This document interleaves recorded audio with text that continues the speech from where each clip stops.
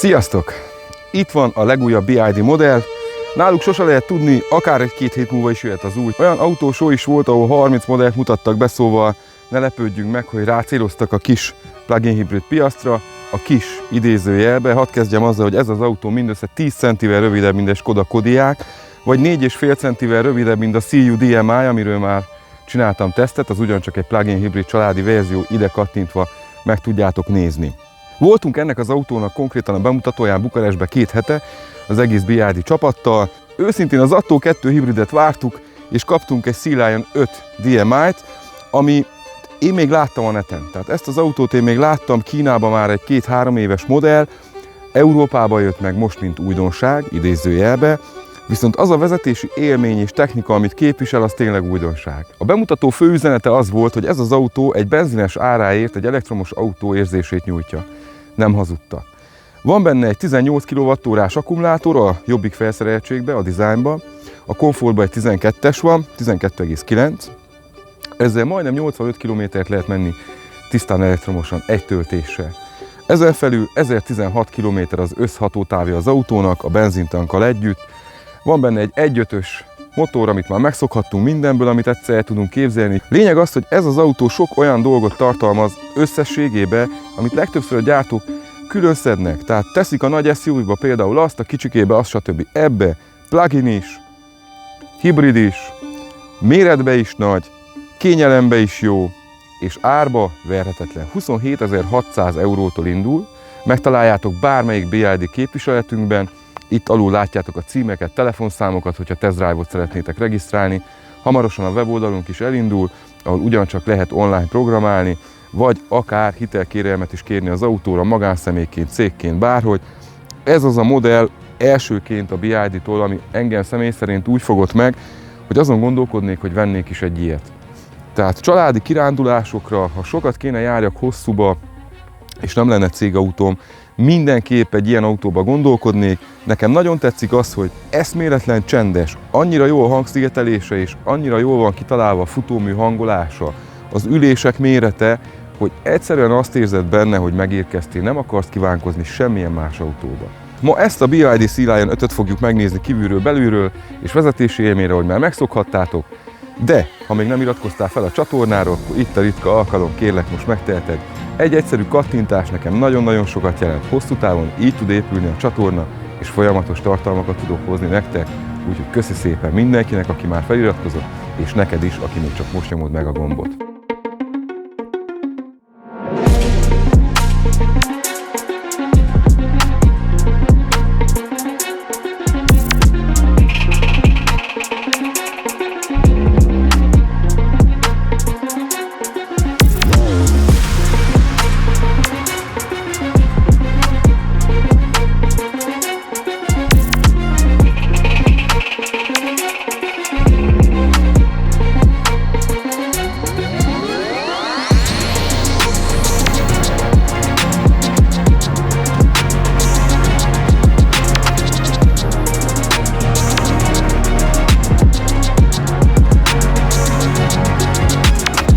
Külsejére nekem egyetlen szó az, ami eszembe jut, az pedig az, hogy szép.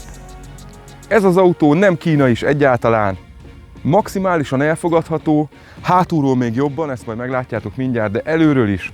Ez a lámpa, ha egy csomó részét letakarjuk, akkor emlékeztet 3-as BMW-re, emlékeztet Audira, bármire. Ők azt mondják, hogy ez a sárkány szem, vagy sárkány arc dizájn nyelv, amit ők használtak. Ugye van nekik az óceán dizájn nyelv, és ez a sárkányos. Látom benne, amit mondanak, hogy ilyenek a nappali fények, ilyen tényleg ezek a szöges, nagyon szigorú, nagyon éles vonalak. Nekem még régi X5-ös BMW-t is eszembe juttatott Angel Eyes nélkül. Full LED-es első fényszóróink vannak. Nekem különösen tetszik az, hogy ez nem króm, hanem egy ilyen selyemfényű valami. Ide megkapjuk nagyba a BYD feliratot. Ezek a betüremkedések, a nagy törések az első spoileren, itt található meg a kanyarjelző, ami gyönyörű. Ezek nekem nagyon MG-sek. Itt a németes törés, ami elindul, meglepően itt megtörik, lejön és kicsit lennébb kanyarodik. Ez a német autónál ugyanígy folytatódna tovább, de magára a válvonalra szükség van, ezt ők sem engedték el. Az ablakok körül is króm helyett ugyancsak azt a selyemfényű cuccot kapjuk, mint ott, tetőcsomagtartó sínnek ugyanúgy. Az alapfelszereltségén azt hiszem tetőcsomagtartó sincsen. Valahogy így van, de nagyon pici a különbség, 3000 euró a különbség a design és a komfort között. Én mindenképp ezt javaslanám mindenkinek, már az a nagyobb aksi miatt is. 18-as felniket kapunk, kétszínű felnik, elég sportosak szerintem, balonos gumival, és nem néz ki kicsinek az autó, tehát nem tűnik kórcsolyásnak. Az ajtók nagy szögben nyílnak, könnyű a beszállás-kiszállás, tehát ezt nagyjából minden új autó tudja már, amelyik ekkora mérettel rendelkezik. Kanyarjelzőnk beépítve a tükörbe, 360-as kamera és holtérfigyelő ugyancsak beszerelve. Nekem úgy, ahogy van, így tetszik. Nem változtatnék rajta semmit. Őszintén, akár ki is rajzolta, szerintem eltalálta azt, hogy az európai ember mit szeretne látni egy autón, amikor mozgásban van. Tényleg így ez a folyás az oldalán is olyan, mintha mozgatná az egészet. Nagy ablakokat kapunk, lebegőtetőt ugye. Méretben se rossz, 4774 mm hosszú, több mint 2700 mm a tengelytáv. Ne feledjük el, amikor helykínálaton gondolkodunk. 2700. Tehát a hátsó tér az ugyanolyan, mint az első tér. Nézzük csak meg. Rendesen sajnálok beletapodni az autóba. De nézzétek meg. Ennyi.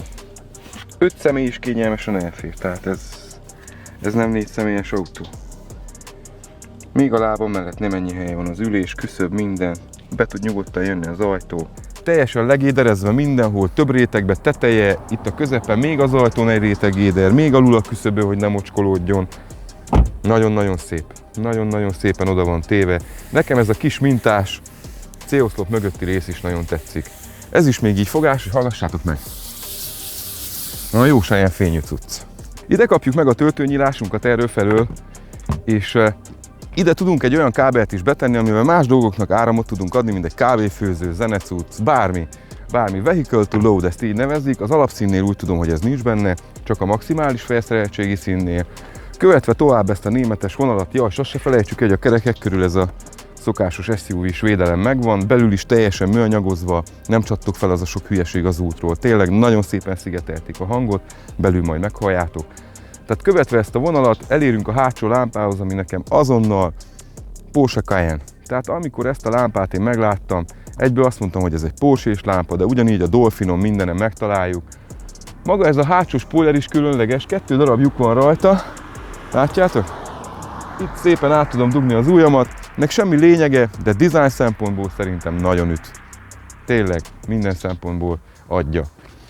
Ide megkapjuk, hogy Sea Lion 5-ösünk van, ide a DMI feliratot, középre természetesen a nagy BID jelet. Gyönyörűek a kanyarjelzők, úgy futnak, mint egy Audinál, vagy bármelyik prémium német autónál. Innen nyílik a csomagtartó, elektromosan, mert ugye a fullos verzió van nálunk. Ahogy látjátok, tele tudtam rendesen pakolni, 463 liter, és az ülések ledöntésével 1410 literre bővíthető. 1/3, 2/3 módba tudjuk dönteni az üléseket. Minden tisztességes, jóképű nyomórúdak, szépen leszigetelve itt alul is. A kalaptartónk jó anyagból, középen még megtörve, azért, hogy ne omoljon be egyből a csomagtartóba semmi, amikor felnyitjuk. Csomó autón az van ide felpakolós, mikor kinyitod a csomagtartót, minden beomlik. Mindenre gondoltak, nekem nagyon-nagyon tetszik az, ahogy ők ezt az egészet látják. Elektromos csukásunk van, és le is csukta. Külön kiemelném a hátsó részen a ködlámpát, ami szerintem a legjobban eltalált dolog ezen az autón. Ugyanúgy, mint egy Suzuki-n vagy bármi, nekem nagyon tetszik, hogyha hátul van középen, olyan nagyon versenyautós és szimmetrikussá teszi az egészet. Cápa antenna a BMW-kről már ismerős lehet, és egy becsületes hátsó ablak, nem egy kicsi lyukacska, amin ki kell látni. Itt is féklámpa bevezetve. Ez a rész is. Figyeljétek meg, milyen jó semleges. Nincs tele minden hülyességgel, semlegesen, simán, matt színből, úgy, ahogy kell. Ezek értik. Értik, hogy mit csinálnak konkrétan, ezt kell mondjam. A beltérben szokásos BID-s fullosság, maximális minden, úgy, ahogy már megszokhattuk, nézzük is meg.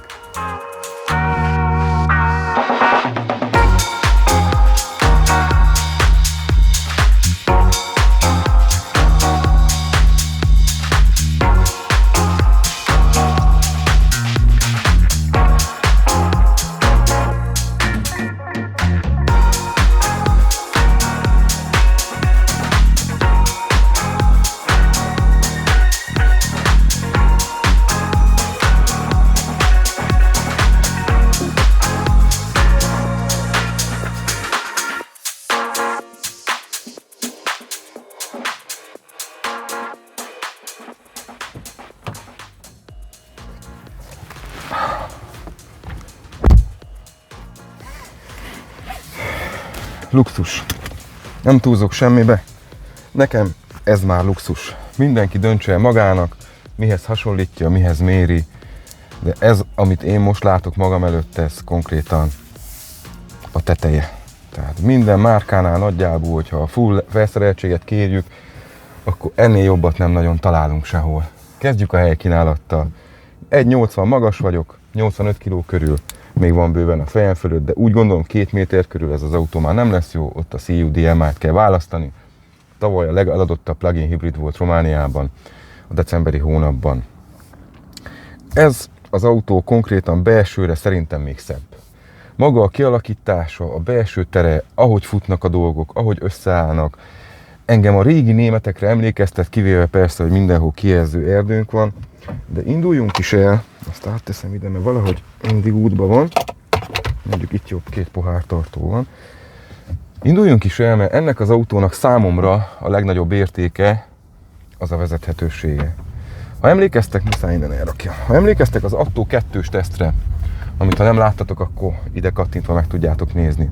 Abba is elmondtam, hogy ilyen nagyon új érzés, hogy mindig menni akar, szinte soha nem kell én gázt nyomjak sem, most is hegyre megyünk, de van egy ilyen alaphúzása, és nem elektromos autós alaphúzás, hanem régi automata, dízeles alaphúzás, hogy úgy mindig úgy akar egy kicsit gurulni. Benne van az akarat. Gondoltam, hogy így beszéljük át ezt az autót, plusz a város között megnézzük egyúttal, hogyan viselkedik. Dual Mode Intelligence rendszer, ahogy már említettem, a motor tud tölteni is, de be tud csatlakozni magába a hajtásba is. Én most sportmódba raktam, de visszatesszük Eco-ba, azonnal meg is állt a motor. Tehát csak akkor indul el, hogyha tényleg nagy teljesítményre van szükségünk. Plug-in hibrid lévén az ember fel is tudja tölteni, átteszem teljesen EV módba, és innentől teljesen villanyból működünk. Nézem, hogy hány kilométerünk van, azt írja 28 kilométerünk van teljesen villanyból. Sajnos az én szemem nem elég jó, hogy innen leolvassam a kijelzőt, így innen kell megnézzem. De ennyi baj legyen, annyira nem is érdekel, azt látom, hogy van benne bőven. Kormányzás, puha, mondhatnám azt, hogy teljesen elszigetel az úttól, de jó értelemben. Tehát ezt az autót egy Swiftnek érzed, vagy egy Dolphinnak méretbe. Egyedül az ülés pozíció, amiből érzed azt, hogy valami nem oké, és egy SUV-ba ülsz, viszont az ülés pozícióra kitérve nagyon jó, nem túl magas. Én azt utálom, mikor tényleg úgy ülsz, mint egy vitrínben, mint egy szállítóautóba, egy transporterbe, vagy valamibe. Nem. Ebben valahogy pont eltalálták a szedán és az SUV közötti középső részt. Extra kényelmes ülések, hosszú combtámasszal, hogy már megszokhattuk a BYD-től, de talán ezt nem is kéne külön említsem, szerintem. Kormány az ismerős valahonnan, nem tudom mibe volt ilyen kormány, CU-DMI-be vagy mibe, de szép. Szép, jófogású. Minden ilyen ekobőr, nem igazi, de akkor is nagyon-nagyon jó érintése mindenünkból, az ajtónkat végignézve. Olyan ez az ajtófogó is, ezek ilyen emblematikus dolgok, ezt még mondtam nektek, hogy egy ajtófogó, hogyha jó kemény, és jó van megcsinálva, akkor az ember már az autót fennébb pozícionálja. Azt érzi, hogy nem sajnálták ki belőle az anyagot. Nagyon sokat használjuk. Ha sokat recsen, például, mint régebb a 4-es golfokba, mindegyikbe recsegett, akkor az embernek úgy valahogy azt az érzését elvenni attól, hogy ez a prémium gép. Úgy van összeszerelve, úgy mozdul, Eco-ba is, olyan puhák az anyagok, szépen vannak illesztve, többféle anyag játszik, nem az van, hogy kétfélét valahogy össze tudtak illeszteni, hanem tényleg nagyon-nagyon sokféle anyag játszik össze, hogy egy ilyen gyönyörű kompozíciót tudjon alkotni. Az ülés tartás is, nem sportautós ülés, de mégis itt két helyen úgy van meghajlítva, és olyan ez a betámasztás, hogy pont a vesédet tökéletesen tartja. Tökéletesen tartja.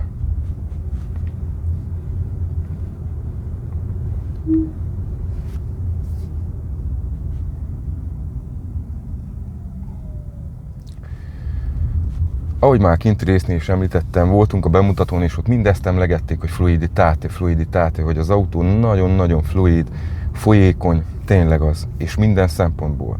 Az elektromos autókra amúgy is jellemző volt az, hogy a gázreakció, maga a gyorsulás, a fékezés, az egész olyan egybe olyan vízszerű, de ennél az autónál még a futóműt is oda alakították.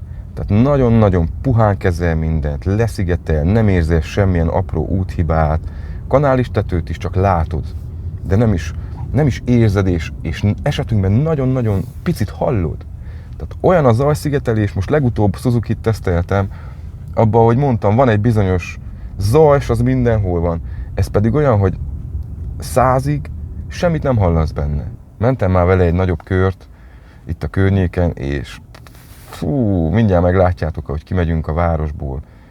Az, hogy előzés, az, hogy nem is tudom elmondani, de magán a város belüli forgalmat nézzük is.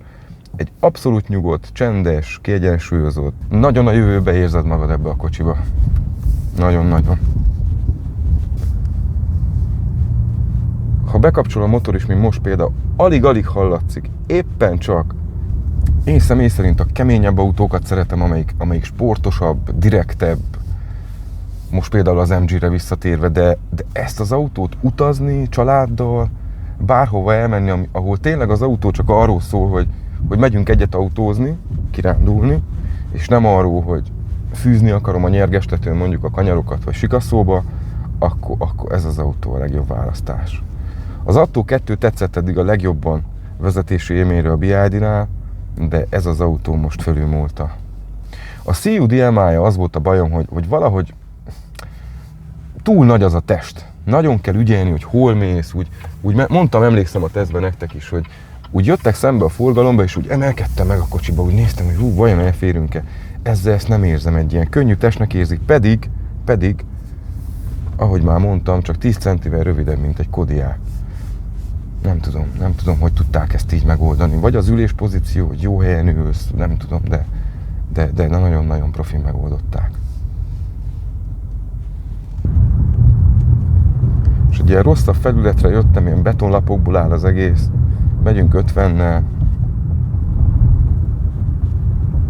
És semmi parádés. Ahogy lekezeli, ahogy az ülés is leveszi az egész feszültséget erre az autóról, hát.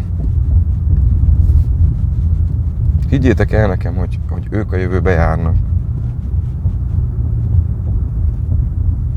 Higgyétek el.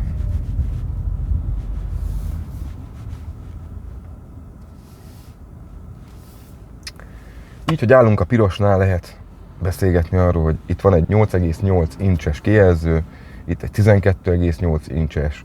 Elfelejtették azt, hogy már forduljon, de olyan update-ek vannak benne, és olyan megoldások, ami sok automárkánál hiányzik. Mondjak egy egyszerű példát. BYD tulajok, ha nem tudtátok, valószínű tudtátok, de általában belebújnak az emberek. De például az, hogy 3 ujjal nyúlsz hozzá a kijelzőhöz, a klímán tudod állítani a fokot, ha lefele-felfele húzod. Ha jobbra-balra, akkor a sebességét. Hát én nem hittem el, őszintén. Milyen apró újítás, ha belegondolunk, az Apple-től vették az ötletet MacBookokról, vagy a kicsi egérpadokról, hogy ott is vannak több újas megoldások, de mennyire fontos? Mennyire jó, hogy odanézés nélkül tudom állítani sebesség, hőfok. Kész. Nem kell belemásszak a menübe, vagy nem, hogy közel van a gomb, akkor emiatt könnyebben megkapom, nem. Ez egy brutál jó megoldás. Gondolkodnak.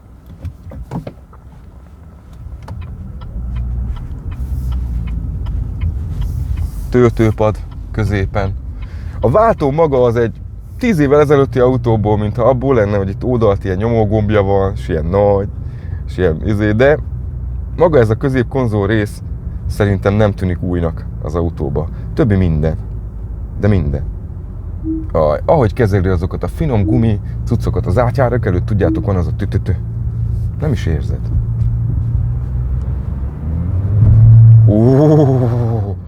Mennyire benne van az akarat. Mennyire benne van az akarat. 8 másodperc körül van a 0-100, de megnézzük majd ezt.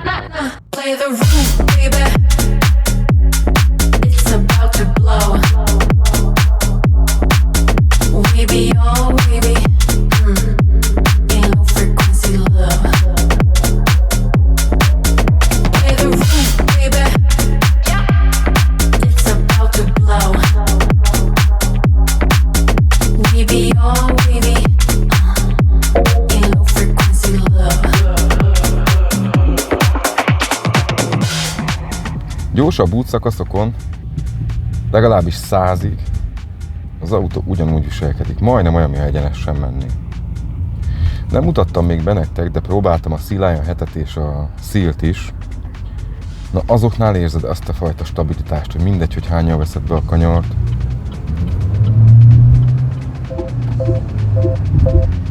Jelezés nekünk, hogy borultunk, de nem is sietünk annál tovább.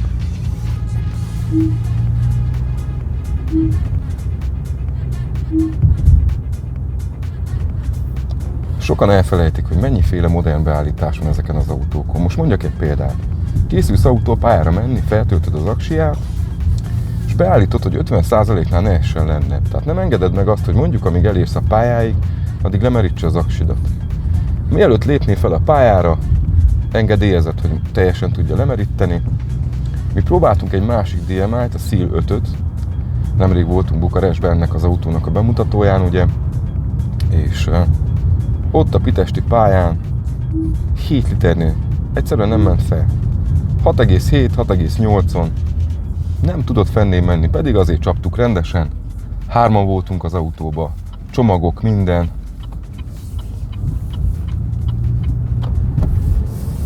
Ezeknek az autóknak valahogy nem fáj a kigyorsítás, se az előzés, semmi. Csak egyszerűen megcsinálod, megtörténik. Ilyen egyszerű.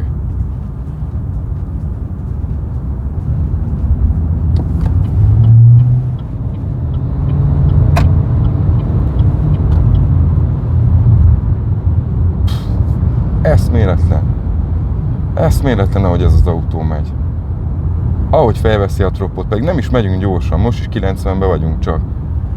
De amikor nyomod neki a gázt, és van még egy kickdownja is, kétállású a gázpedál, ahogy a régi autókban szokott lenni. Csú.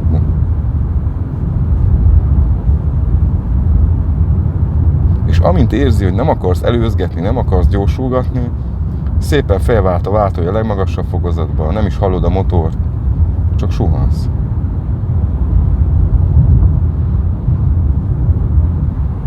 Ők kinyírnak mindenkit. Már mondtam több videóban, de most főleg, hogy Magyarországon is kezdik gyártani.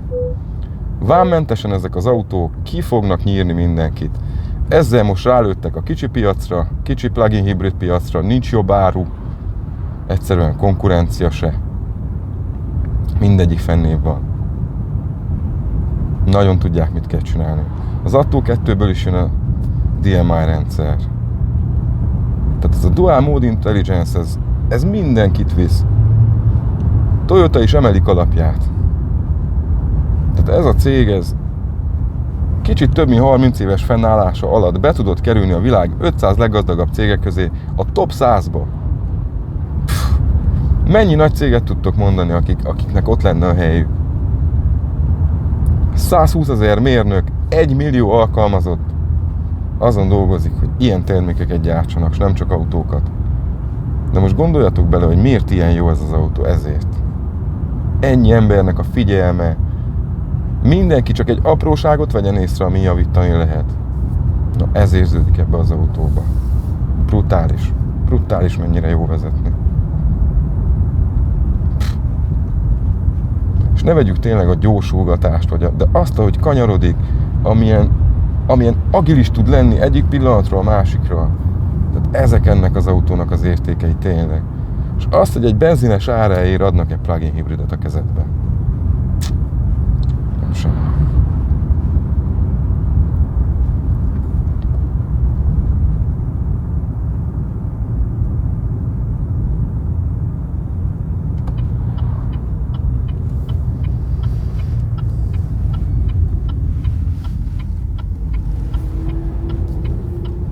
Nem tudom kihagyni ezt a részt ide. Már több videómban láthattátok. Imádom ezt a részt. Olyan gyönyörű a látvány. Egy szép, tiszta, forgalom nélküli aszfaltút. Figyeljetek meg 75-tel, hogy veszi a kanyart. Fluiditáte, fluid, tényleg, folyékony, mind a víz. Be water, my friend, azt mondta annak idején Bruce Lee. Hát, ők megcsinálták. És jutnak eszembe a régi tesztjeim, amikor mindig elmondtam, hogy hát azért érzik, hogy egy SUV is ortolós, ilyes, olyan, olyan. Hát itt csak az ülés pozícióból érzem, hogy egy SUV-t vezetek konkrétan.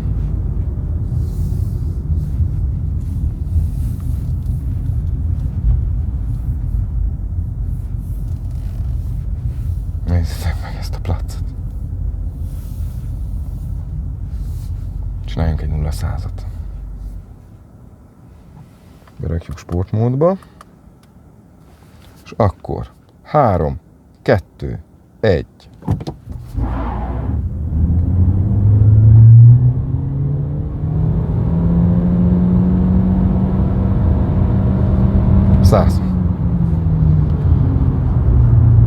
Ez addig húz, amíg megbolondulsz.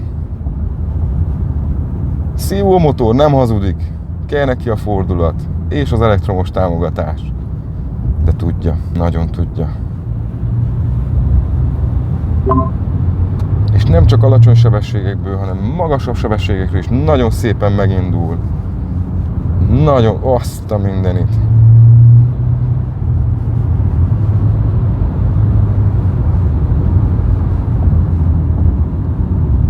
Fék, az is jó. Nem olyan nagyon billenős, egyáltalán nem ortolós nekem, főleg ez, ami meglepő.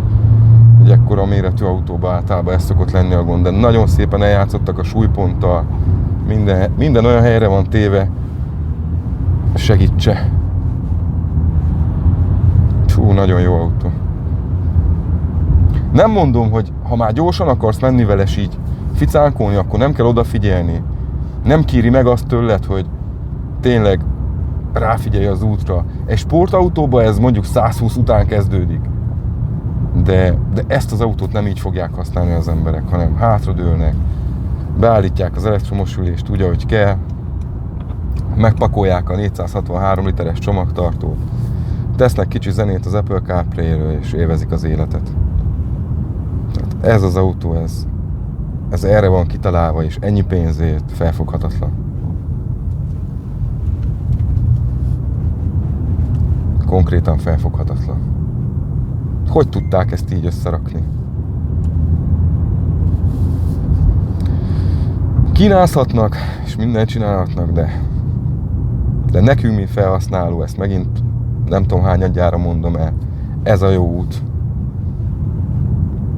A kapitalizmus szempontjából nem jó út, mert tényleg meg a cégek lesznek, akik aztán mindent eldöntenek, de ők, amit csinálnak, hogy árérték arányába ilyen technológiát kínálnak, egy benzines autó áráért ez ritka, és követendő példa. Ha pedig más nem követi, ők megcsinálják minden modellre. Ennyi modellt én nem tudom melyik márkától láttunk. Nézzétek meg, hogy megindult a jó Isten!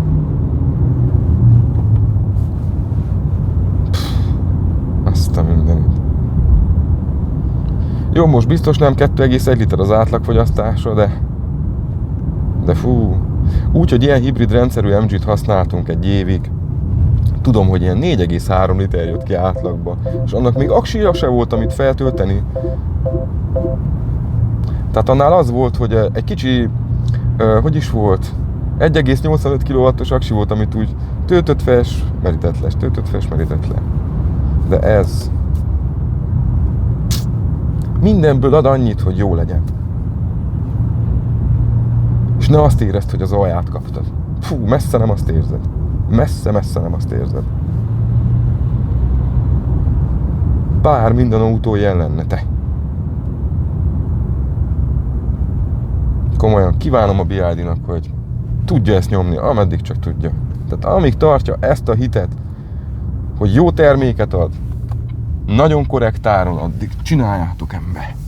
Ameddig csak tudjátok. Nézzétek meg ezt a kilátást. Hát ez mi? Hogy?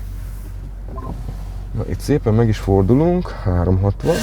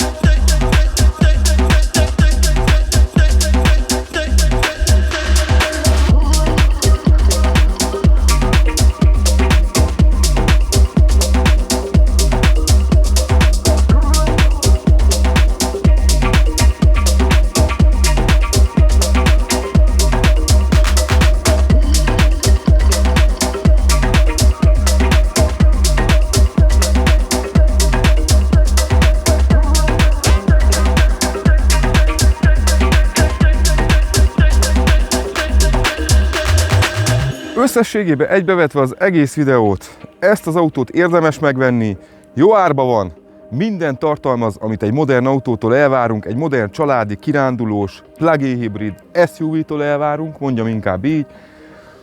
Profik, kipipáltak minden egyes trigulát, ami az embernek azt mondaná, hogy hát inkább veszek egy másikat, nem. Nagyon jól felszerelt, modern technika. Ez itt a BYD Sea Lion 5, remélem tetszett ez a videó, várlak titeket a következő részben is. Sziasztok!